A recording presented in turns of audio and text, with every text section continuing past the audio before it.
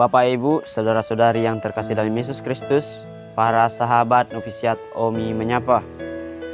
Pada hari ini, Gereja Katolik merayakan secara khusus Pesta Santa Teresia dari kanak-kanak Yesus. Satu hal yang menarik bagi saya dari Santa Teresia ialah ia menyebutkan dalam doanya bagaimana ia sangat ingin menjadi mainan dari kanak-kanak Yesus. Apa artinya? Ialah Santa Teresia tidak pernah segan untuk dipakai sebagai Allah sebagaimana yang Allah kehendaki. Dalam bacaan Injil hari ini, kita kembali diperdengarkan bagaimana para murid mempertanyakan siapa yang terbesar di antara mereka. Lalu apa yang dilakukan oleh Yesus? Ia memanggil seorang anak lalu menempatkan di tengah-tengah mereka. Bagi saya, apa yang dilakukan oleh Yesus ini menjadi suatu isyarat.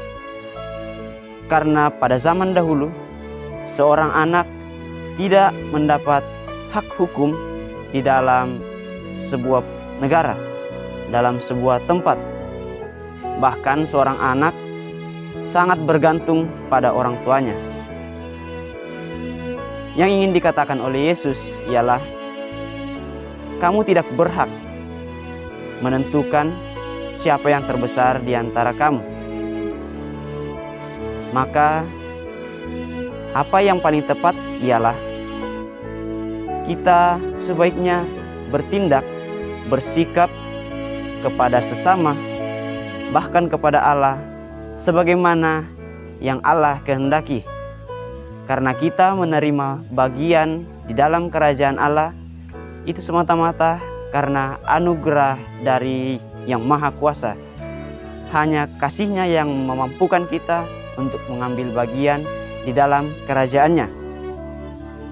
Maka sikap yang paling tepat ialah mari kita melaksanakan setiap kehendak Allah, apa yang Ia kehendaki dalam diri kita. Misalnya kepada sesama, kita membantu orang-orang yang mungkin membutuhkan bantuan, entah itu dalam bantuan finansial, dalam bantuan doa, dan dalam berbagai bantuan lainnya.